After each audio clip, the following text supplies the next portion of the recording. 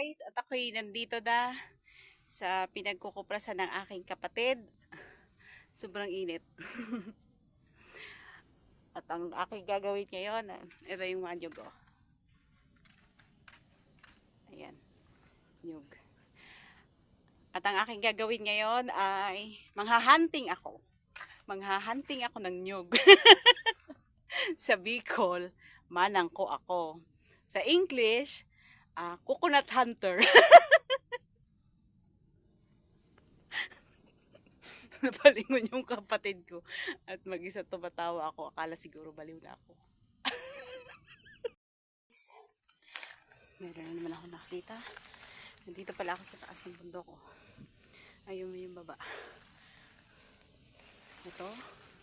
Titingnan natin kung may laman. Oh, mayroon. Wow. Mayroon nga. Tapon muna natin doon. Ayun, kukunin ko mamaya yan. Ang hunting pa tayo. Ikot ng mundo ay hindi lagi bigatit kasawian. Oh, yun to guys. Nakakapagod dito sa tuktok ng bundok. Basa yung kilikili ko. Pawis na pawis. Ang tayog ba naman ng bundok na inakyat ko. Konting pahinga lang. As of now, 2 nyug pa lang yung nahunting ko. Ayos lang yan. Marami pa tayong oras. Pagod talaga ako guys.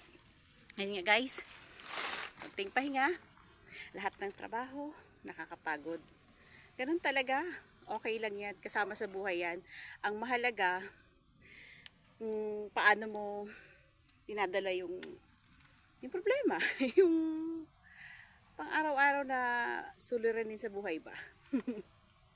Kung magmumukmuk ka na lang ba sa isang tabi at wala nang gagawin para hindi mapagod, o gagawin mo ng paraan sa kahit anong paraan, basta hindi illegal, di ba?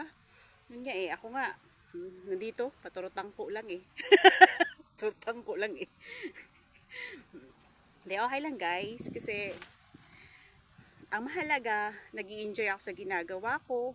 Simpleng buhay, simpleng hanap buhay, simpleng tao. Ang mahalaga, wala kang inaapakan at wala kang inaagrabyado, diba? Yun naman talaga ang mahalaga